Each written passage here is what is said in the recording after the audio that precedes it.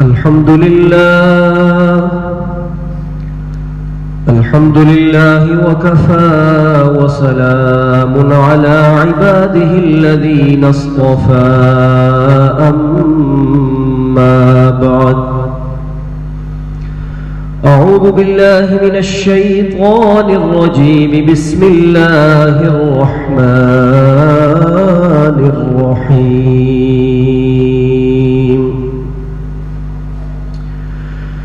ليس البر أن تولوا وجوهكم قبل المشرق والمغرب ولكن البر من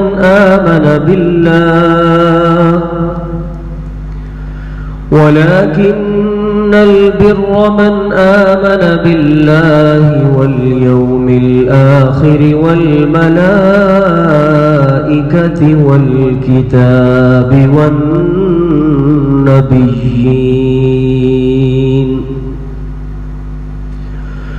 وآتى المال على حبه ذوي القربى واليتامى والمساكين وابن السبيل والسائلين وفي الرقاب صدق الله العظيم. اللهم صل على سيدنا ومولانا محمد وعلى آل سيدنا ومولانا محمد وبارك وسلم وصل عليه. انتہائی قابل احترام میرے بزرگوں، بھائیوں اور دوستوں، اللہ سبحانہ و تعالی نے ہمیں جو زندگی عطا کی ہے یہ اس کی امانت ہے، اور جب آپ کسی کے سپرد امانت کرتے ہیں تو اس امانت میں خیانت کرنا یعنی اس کی مرضی کے بغیر اس چیز کو استعمال کرنا یہ ناجائز اور حرام ہوتا ہے. بعینہ ہی اسی طرح ہمیں یہ زندگی اسی نہج اور اسلوب پر گزارنی چاہیے جس طرح اللہ رب ذوالجلال نے ہمیں حکم دیا. اللہ تعالی نے رمضان المبارک کے مہینے کی مناسبت سے ہمیں یہ حکم ارشاد فرمایا کہ روزہ رکھنے سے مقصود یہ ہے کہ تم متقی اور پرہیزگار بن جاؤ، اور یہ مبارک مہینہ جہاں میری رحمتوں کے نزول کا یعنی میری رحمتوں کے اترنے کا مہینہ ہے، وہیں پر یہ مہینہ تمہارے پورے سال کے گناہوں کی معافی کا مہینہ ہے. اور اس مہینے کے اندر جب تم اللہ رب العزت کی اطاعت اور فرما برداری کامل طریقے سے اپناؤ گے تو اللہ تعالی باقی تمہیں 11 مہینے اپنے صراط مستقیم پر چلنے کی توفیق عطا فرمائے گا. تو ہم جو روزہ رکھتے ہیں تو اس روزے کا بنیادی مقصود یہ نہیں ہے کہ دنیا کے اندر کوئی اللہ کے کھانے پینے کے خزانے کم پڑ گئے تھے تو اللہ تعالی نے ہمیں 1 مہینہ کھانے پینے سے روک دیا. جیسے ہمارے ہاں بجلی کی لوڈ شیڈنگ ہوتی ہے، وجہ کیا ہوتی ہے کہ بجلی کم ہو جاتی ہے اور پھر اس کی لوڈ شیڈنگ کی جاتی ہے تاکہ بجلی کی کمی پوری ہو جائے، بچت ہو جائے. تو یہاں ایسا معاملہ نہیں کہ کوئی خوراک کی لوڈ شیڈنگ ہو رہی ہے، بلکہ اللہ رب العزت ہمیں یہ بتانا چاہتے ہیں کہ میں تمہارا مالک، خالق اور رازق ہوں. جب تمہیں حکم دوں اسی وقت تم کھاؤ اور پیو، اور جب تمہیں روک دوں تم اس سے رک جاؤ. جب تم اس اطاعت کے مرکزی نقطے پر آؤ گے تو تمہارا دل اور دماغ اللہ رب العزت کی اطاعت پر تیار ہوگا اور اسے ہی پرہیزگاری کہتے ہیں، اسے ہی تقوی کہتے ہیں۔ اور اس تقوی کا سب سے پہلا معیار اور درجہ وہ انسان کا اپنے ایمان کو مضبوط کرنا ہے، کہ ہر انسان اس بات کا عزم اور ارادہ بھی کرے کہ میں صرف اور صرف اللہ وحدہ لا شریک کی عبادت کرتا ہوں، اسی کے سامنے اپنی پیشانی ٹیکتا ہوں، اسی اللہ کے آگے جھکتا ہوں، اور اس جھکنے سے یہ یقین کامل رکھتا ہوں کہ میری عزت و ذلت کا، میری بلندی اور پستی کا، میری امیری اور فقیری کا، میرے نفع اور نقصان کا اگر کوئی مالک ہے تو وہ تنہا اللہ رب العزت کی ذات ہے۔ وَأَشْهَدُ أَنَّ مُحَمَّدٌ رَّسُولُ اللَّهِ۔ اور اس ایمان کا دوسرا جز یہ ہے کہ میں اس بات کا بھی اقرار کرتا ہوں کہ اللہ تعالی نے اپنے جو آخری نبی ہماری طرف مبعوث فرمائے وہ ہمارے نبی اور رسول ہیں، اور ان کے طریقوں پر چلنا ہی ہماری دنیا اور آخرت کی کامیابی اور اللہ رب العزت کی رضامندی کا ذریعہ ہے۔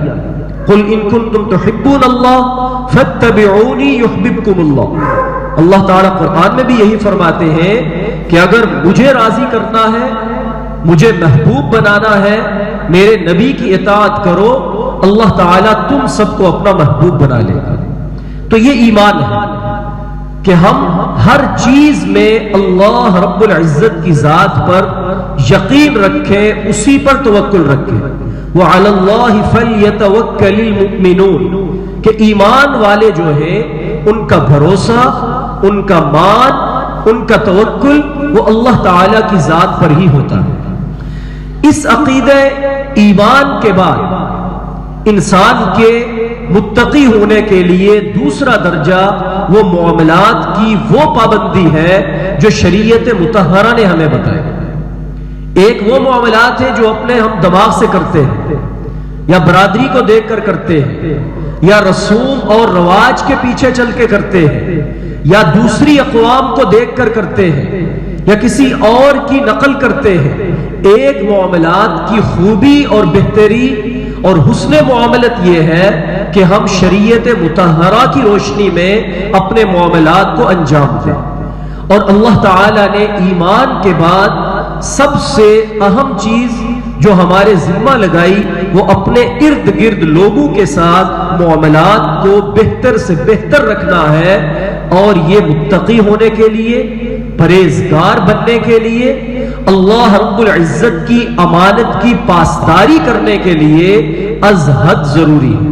اگر یہ نہیں ہوگا تو پھر ہمارا روزہ وہ ہمیں بھوکا اور پیاسا تو رکھ رہا ہے، لیکن جو اس سے مقصود لعلکم تتقون کا جملہ ہے تاکہ تم متقی بن جاؤ، وہ ہمیں حاصل نہیں ہوگا۔ تو معاملات پر ہم کافی دنوں سے بات کر رہے ہیں۔ آج جس معاملے پر میں بات کروں گا وہ ہے اپنی بہنوں کے ساتھ اچھا سلوک کرنا۔ اللہ کے نبی علیہ الصلاۃ والسلام نے اس بارے میں بھی ہمیں سیرت طیبہ کا وہ روشن پہلو دیا ہے کہ جس پہ اگر ہم چلیں گے تو اللہ تعالی ہم سے راضی ہے۔ آقا کریم علیہ الصلاۃ والسلام کی کوئی سگی بہن نہیں تھی، نہ ہی آپ علیہ الصلاۃ والسلام کا کوئی سگا بھائی تھا۔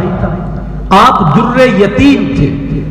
در یتیم اس موتی کو کہا جاتا ہے جو صدف کے اندر، یعنی جس میں موتی بنتا ہے اس کے اندر وہ ایک ہی ایک موتی ہوتا ہے، اور اس موتی کی قیمت باقی تمام موتیوں سے بہت زیادہ ہوتی ہے۔ تو آقا علیہ الصلاۃ والسلام اکیلے تھے، حضرت اما آمینہ اور حضرت عبداللہ کے اکلوتے بیٹے تھے، نہ آپ کی بہن تھی نہ آپ کا بھائی تھا۔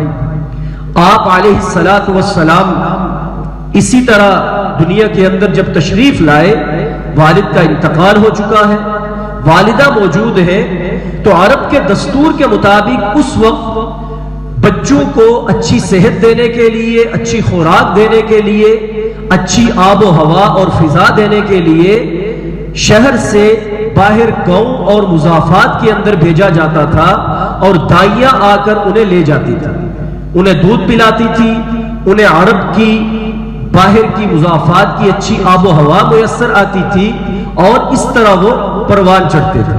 تو آقا کریم علیہ السلام جس مبارک گھر میں تشریف لے گئے، ان کا نام اماں حلیمہ سعدیہ آتا ہے۔ اماں حلیمہ سعدیہ آپ کو لے کر گئی، تو ان کی ایک بیٹی تھی جن کا نام تھا شیمہ بنت حارث، وہ آپ صلی اللہ علیہ وآلہ وسلم کی رضاعی بہن تھے۔ رضاعی بہن اس کو کہا جاتا ہے جو دودھ کے اندر شریک ہے، اگر بھائی ہے تو رضاعی بھائی، اور اگر وہ لڑکی ہے تو رضاعی بہن۔ رضاعی بہن کا درجہ شریعت مطہرہ کے اندر احکام کے لحاظ سے وہی ہے جو سگی بہن کا ہوتا ہے، یعنی ایک ماں کا اگر کسی ایک لڑکے نے دودھ پی لیا اور کسی دوسری لڑکی نے دودھ پی لیا تو اب وہ دونوں رضاعی بہن بھائی بن گئے، ان کا نکاح اب ہمیشہ ہمیشہ کے لیے حرام ہے، یہ آپس میں اب نکاح نہیں کر سکتے، اگرچہ وہ لڑکی کسی اور کی تھی اور یہ لڑکا کسی اور کا ہے۔ اگر انہوں نے ایک ماں کا دودھ پی لیا ہے تو اب یہ رضاعی بہن بھائی ہے۔ آقا علیہ السلام حضرت اماں آمینہ اور حضرت عبداللہ کے بیٹے ہیں، اور حضرت شیمہ بنت حارث وہ حلیمہ سعدیہ اور حارث کی بیٹی ہے۔ اب ان دونوں کا بظاہر آپس میں رشتہ نہیں تھا، سگا رشتہ جو ہوتا ہے، لیکن دودھ والا رشتہ تھا، تو یہ رضاعی بہن بھائی ہو گئے۔ اب ان کا آپس میں پیار تھا، محبت تھی۔ شیمہ چونکہ بڑی تھی، آپ علیہ السلام جب تشریف لائے تو ان کی عمر جو ہے وہ اس وقت 16-17 سال تھی، اور گھر کے اندر فاقے تھے، غربت تھی، تو اماں حلیمہ سعدیہ انہیں بکریاں دیتی کہ جاؤ شیمہ باہر جا کر بکریاں چراؤ۔ وہ بکریاں چرانے جاتی تو ان کے لیے بڑی مشکل ہوتی تھی، عرب کی کڑکتی دھوپ ہے، اور پھر بکری ایسا جانور ہے کہ جو جلدی جلدی قابو نہیں آتا، کبھی کدھر نکل جاتی ہے، کبھی کہیں بھاگ جاتی ہے۔ تو شیمہ بڑی پریشان، ایک دن نہیں گئی، تو اماں نے پوچھا کہ شیمہ کیا بات ہے، آج بکریاں چرانے نہیں گئی؟ تو شیمہ کہنے لگی کہ اماں جان بکریاں زیادہ ہے، باہر گرمی بہت ہے، مجھے ہیلپ چاہیے، مدد چاہیے، میں اکیلے لے کر نہیں جا سکتی۔ تو حلیمہ سعدیہ ان سے فرمانے لگی کہ بیٹی آپ کو پتا ہے کہ میں بوڑھی ہوں، میں آپ کے ساتھ نہیں جا سکتی، یہ کام آپ کو کرنا ہے۔ تو شیمہ کہنے لگی کہ میں نے آپ کا نہیں کہا، آپ میرے بھائی محمد صلی اللہ علیہ وآلہ وسلم کو میرے ساتھ بھیج دیں۔ حلیمہ حیران ہو گئی اور کہنے لگی کہ بیٹی یہ کیا کہہ رہی ہو، وہ تو دودھ پیتا بچہ ہے، اس کو تم اٹھاؤ گی تو مزید مشکل ہو جائے گی، بھائی کو سنبھالو گی یا بکریوں کو سنبھالو گی؟ تو شیمہ کہنے لگی کہ امی جان آپ کو نہیں پتا، ایک دن میں ان کو لے کر گئی تھی، اس دن میں نے 3 باتیں دیکھی ہیں۔ پہلی بات میں نے یہ دیکھی کہ جب میں اپنے بھائی کو لے کر گئی تو ایک راہب گزر رہا تھا، اس نے جب آپ صلی اللہ علیہ وسلم کے چہرے انور کو دیکھا، وہ بھاگتا ہوا میرے پاس آیا، اس نے آپ کو پیار کیا، اور پیار کرنے کے بعد مجھے کہنے لگا کہ اے بیٹی تیرا یہ بھائی سب بڑوں کا بہت بڑا بنے گا، اور مجھے بہت اچھا لگا کہ میرے بھائی کی تعریف ہوئی۔ اور دوسرا کام میں نے یہ دیکھا کہ ہر طرف کڑکتی دھوپ تھی، لیکن میں آقا علیہ السلام کو، اپنے اس ننھے منھے بھائی کو جب اپنی باہوں میں اٹھا کر کہیں بھی بیٹھتی تو اچانک بادل آتے اور آ کر مجھ پر سایہ کر دیتے، اور میں دھوپ سے بچی رہی۔ تیسرا کام میں نے یہ دیکھا امی جان کہ جب میں اپنے اس بھائی کو اٹھا کر لے گئی تو بکریاں جو بہت زیادہ چرتی ہے اور ان کا پیٹ جلدی جلدی نہیں بھرتا، اور پھر میں ایک بکری کو پہلے پکڑتی تو وہ دوسری کہیں نکل جاتی، دوسری کو پکڑتی تیسری نکل جاتی، لیکن جب یہ بھائی میرے ساتھ تھے تو میں نے یہ معاملہ دیکھا کہ بکریاں تھوڑی دیر کے لیے چری اور اس کے بعد آ کر گول دائرہ بنا کر میرے پاس بیٹھ گئی، وہ بھی میرے بھائی کو دیکھتی رہی اور میں بھی اپنے بھائی کو دیکھتی رہی، اور بکریاں وہاں سے نہیں ہلی۔ تو یہ بہت بابرکت بھائی ہے، لہٰذا آپ ان کو میرے ساتھ بھیجیں۔ تو اس طرح نبی علیہ السلام کا بچپن اپنی اس رضائی بہن کے ساتھ گزرا۔ اب ہوا کیا، آقا علیہ الصلوۃ والسلام مدت رضاعت کے بعد، یعنی دودھ کی جو مدت ہوتی ہے 2 سال، اس کے بعد آپ واپس اپنے گھر حضرت اماں آمنہ کے پاس تشریف لے آئے، مکہ مکرمہ تشریف لے آئے. تو وہ قبیلہ بنو سعد باہر تھا. تو معاملہ اسی طرح چلتا رہا. شیما کی شادی ہو گئی کسی قبیلے کے اندر.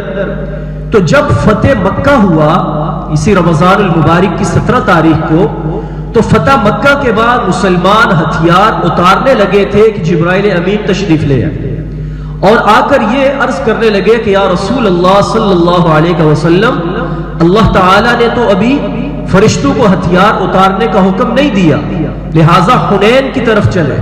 قریب ہی ایک اور جگہ ہے جس کا ذکر اللہ نے قرآن میں بھی کیا ہے. تو مسلمانوں کا بہت بڑا لشکر تھا، اور صحابہ کرام فتح کی خوشی کے اندر تھے کہ فتح مکہ ہوا ہے، بغیر لڑائی کے ہوا ہے. تو ایک قدرتی جو عجب آدمی کے اندر آ جاتا ہے کہ ہماری تو بڑی قوت ہے، تو وہ صحابہ کے ذہنوں میں آ گئی. اللہ تعالیٰ نے فوراً تنبیہ کی کہ مسلمانوں کو کبھی بھی کثرت سے فتح نہیں ملا کرتی، مسلمانوں کو کبھی بھی افراد کی زیادتی سے فتح نہیں ملتی، بلکہ فتح جب بھی ملتی ہے وہ اللہ پر یقین کرنے سے ملتی ہے. فتح جب بھی ملتی ہے اللہ پر توکل کرنے سے ملتی ہے. اور جب مسلمان اللہ پہ توکل کرتے ہیں تو پھر وہ واقعات رونما ہوتے ہیں کہ حضرت خالد بن ولید 60 آدمیوں کے لشکر کے ساتھ کبھی 60,000 کے لشکر سے لڑ رہے ہیں، کبھی 30 آدمیوں کے ساتھ 30,000 کے لشکر سے لڑ رہے ہیں، اور اللہ پر یقین کرنے کی وجہ سے اللہ انہیں فتح یاب بھی فرما رہا ہے. تو غزوہ حنین کے لیے جب یہ تشریف لے گئے تو وہاں پر شروع میں مسلمانوں کو شکست ہوئی. اللہ نے قرآن میں بیان کیا لَقَدْ نَصَرَكُمُ اللَّهُ فِي مَوَاطِنَ كَثِيرَةٍ وَيَوْمَ حُنَيْنٍ إِذْ أَعْجَبَتْكُمْ كَثْرَتُكُمْ، کہ جب تمہیں اپنی افراد کے زیادہ ہونے پر تعجب ہونے لگا، اس کی وجہ سے تمہاری نگاہ اللہ سے ہٹ گئی. جب نگاہ اللہ سے ہٹی، انہوں نے ایسے تیر مارے کافروں نے کہ صحابہ ایک دم تتر بتر ہو گئے، کوئی ادھر بھاگ رہا ہے کوئی ادھر بھاگ رہا ہے. وجہ یہ تھی کہ ہر طرف سے تیر اندازی ہو رہی ہے. تو اللہ تعالیٰ نے فوراً تنبیہ کی اور ہمیں یہ راستہ دیا کہ تمہاری نگاہ ہر وقت اللہ کی ذات پر ہونی چاہیے. چنانچہ پھر سارے مجتمع ہوئے، اللہ نے بڑی عظیم الشان فتح عطا فرمائی. اس فتح کے نتیجے میں مسلمانوں کے ہاتھ بہت سارا مال غنیمت لگا، ہزاروں کی تعداد میں قیدی گرفتار ہو گئے، اور ان قیدیوں کے اندر نبی کریم صلی اللہ علیہ وسلم کی رضائی بہن شیما بنت حارث بھی موجود تھی، یہ اسی قبیلے کی تھی. تو جب آپ علیہ الصلوۃ والسلام کا کافروں کے ساتھ معاملہ طے پایا کہ ہر قیدی کے بدلے اتنا فدیہ ادا کرو تو قیدی چھڑا کر لے جاؤ. حضرت شیما کے پاس جب یہ بات پہنچی، پوچھنے لگی کہ تمہارا سپہ سالار کون ہے؟ بتایا گیا کہ محمد صلی اللہ علیہ وسلم. تو کہنے لگی پھر رہنے دو، فدیہ دینے کی ضرورت نہیں، مجھے ان کے پاس لے چلو. جب وہ آپ علیہ الصلوۃ والسلام کے سامنے آئی، آپ کو بچپن کے واقعات یاد کروائے، اور ایک دفعہ نبی علیہ الصلوۃ والسلام نے ان کی کلائی پر کاٹ لیا تھا، وہ نشان دکھایا. تو آپ علیہ الصلوۃ والسلام کی آنکھوں سے آنسو کی لڑیاں شروع ہو گئی. آپ نے اپنی چادر مبارک اتاری، زمین پہ بچھائی اور فرمایا کہ اے میری بہن، آپ میری اس کملی کے اوپر تشریف رکھیں. ان کو اپنی اس چادر پہ بٹھایا، ان کا اکرام کیا، اور صحابہ سے یہ فرمایا کہ اے صحابہ، اس سے پہلے میں نے تمہیں مال غنیمت کے اندر حصہ نہیں مانگا، لیکن آج میں تمہیں یہ خود کہہ رہا ہوں کہ میں اپنے حصے میں آنے والے تمام غلاموں کو، قیدیوں کو اپنی بہن کے لیے آزاد کرتا ہوں، تم بھی آزاد کر دو. تو ہزاروں کے قیدی جو تھے، غالباً 6,000 کی تعداد آتی ہے، اللہ تعالیٰ کے نبی صلی اللہ علیہ وسلم نے اپنی بہن کے ادب اور محبت میں بغیر فدیے کے چھوڑ دیے. اور ان کو کتنے گھوڑے، کتنے جوڑے اور کتنے درم وہ ہدیے کے طور پر دیے، اور بڑی عزت اور اکرام کے ساتھ ان کو وہاں سے رخصت کیا. اور ہمیں بتایا کہ اگر تمہاری کوئی سگی نہیں بلکہ رضائی بہن ہو تو اس کا بھی تمہیں اس طرح اکرام کرنا چاہیے. اور نبی علیہ الصلوۃ والسلام نے فرمایا کہ ابن المردودہ، کہ وہ لڑکی کہ جسے طلاق ہو گئی ہو اور وہ واپس اپنے گھر میں آ گئی ہو. اب دیکھیے ہزارہ مسائل ہوتے ہیں جن کی وجہ سے ہماری بچیاں وہ نبھا نہیں کر پاتی. کبھی سسرال کا ظلم ہے، حتیٰ کہ اب یہ بھی ظلم چل پڑتا ہے کہ اگر تمہارے پیٹ سے بیٹی پیدا ہوئی تو تمہیں طلاق ہے. ایک بیٹی ہو گئی، دوسری ہو گئی، تیسری ہو گئی، اب سسرال والے آنکھیں پھیر لیتے ہیں کہ اگر بیٹی پیدا ہوئی تمہیں طلاق دے دیں. اب اس میں اس عورت کا کیا قصور ہے؟ کیا کوئی بیٹا بیٹی اپنی مرضی سے پیدا کرتا ہے؟ یہ تو اللہ کی مرضی ہے. اَيُزَوِّجُهُمْ ذُكْرَانًا وَإِنَاثًا وَيَجْعَلُ مَن يَشَاءُ عَقِيمًا. اور اس اللہ رب العزت کی مرضی اور منشا پر وہ لوگ اٹیک کرتے ہیں. اس کو منحوس کہا جاتا ہے، کبھی کس طرح کے تانے دیے جاتے ہیں. تو کوئی بھی بہن، کوئی بھی بیٹی اپنا گھر خام خواہ برباد نہیں کرتی، لیکن ان نتائج کے نتیجے میں جب اسے گھر سے نکلنا پڑتا ہے اور وہ واپس والد کے گھر یا بھائیوں کے پاس آتی ہے، تو نبی کریم صلی اللہ علیہ وسلم نے فرمایا کہ جس نے طلاق یافتہ بیٹی یا بہن کو پناہ دی، میں اس کے لیے کل اللہ رب العزت کے ہاں جنت کی ضمانت اس طرح دیتا ہوں کہ اگر وہ انسان اپنے گناہوں کی وجہ سے جہنم میں جانے لگے تو یہی لڑکی کل قیامت کے دن اس کے درمیان آڑ بن جائے گی اور اللہ کے سامنے درخواست کرے گی کہ اے باری تعالی، میرے اس بھائی نے، میرے اس والد نے کل مجھے چھت فراہم کی تھی، آج آپ اسے معاف فرما دے. تو اللہ تعالیٰ اس کے گناہوں کو معاف فرما دیتے ہیں. یہ اسلام نے ہمیں اپنی بہنوں کے ساتھ حسن سلوک کی تعلیم دی ہے. اور میں نے پہلے بھی عرض کیا تھا کہ ہم کوشش کریں، کوشش کیا بلکہ ہمارے ذمہ فرض ہے کہ جب بھی ہماری ماں اس دنیا سے جائے اور وہ کچھ وراثت چھوڑ جائے، باپ اس دنیا سے جائے کچھ جائیداد چھوڑ جائے، اس کے اندر جیسے مرد کا حق ہے، بیٹوں کا حق ہے، اسی طرح شریعت مطہرہ نے بیٹیوں کا، بہنوں کا بھی حق مقرر کیا ہے. ہاں یہ الگ بات ہے، مرد کے لیے 2 حصے ہیں، عورت کے لیے 1 حصہ ہے، لیکن یہ بڑا المیہ ہے کہ آج ہم اپنی بہنوں کو حصہ نہیں دیتے، اور وہ اس محبت میں کہ مجھے بھائی کے ساتھ تعلق نہ خراب ہو جائے، میرا بھائی کے ساتھ معاملہ الگ نہ ہو جائے، میں بھائیوں سے جدا نہ ہو جاؤں، وہ اس بات کو بھی پی جاتی ہے. تو میرے بھائیوں، ہمیں یہ کرنا چاہیے کہ اپنے تمام معاملات جو ہماری بہن کے ساتھ شریعت مطہرہ نے بتائے اور ہمارے پیارے نبی نے ہمیں اس کی تعلیم دی، ہم ان کو پوری طرح سے اپنائیں، ان پر عمل پیرا ہو، تاکہ کل قیامت کے دن یہ ہمارے ذمہ بوجھ نہ ہو بلکہ ہماری بخشش کا ذریعہ بنے. وما علینا الا البلاغ المبین. والصلاة والسلام على سيد المرسلين وعلى آله وصحبه أجمعين. اللهم صل وسلم على سيدنا ومولانا محمد وعلى آل سيدنا ومولانا محمد وبارك وسلم وصل عليه. اللهم أنت السلام ومنك السلام تباركت يا ذا الجلال والإكرام. سمعنا وأطعنا غفرانك ربنا وإليك المصير. اللهم إنك عفو كريم تحب العفو فاعف عنا يا أرحم الراحمين. أستغفر الله ربي من كل ذنب وأتوب إليه. نستغفر الله ربي من كل ذنب ونتوب إليه. ربنا آتنا في الدنيا حسنة وفي الآخرة حسنة وقنا عذاب النار. ربنا إنك جامع الناس ليوم لا ريب فيه إن الله لا يخلف الميعاد. اے اللہ ہم سب پر اپنا فضل اور کرم فرما. یا اللہ ہم سب کی غلطیاں، خطائیں، لغزشیں درگزر فرما دے. اے اللہ ہم نے جتنی زندگی تیری نافرمانی میں، گناہوں میں گزاری، اے اللہ ہم اس رمضان کے طفیل اس زندگی سے توبہ کرتے ہیں.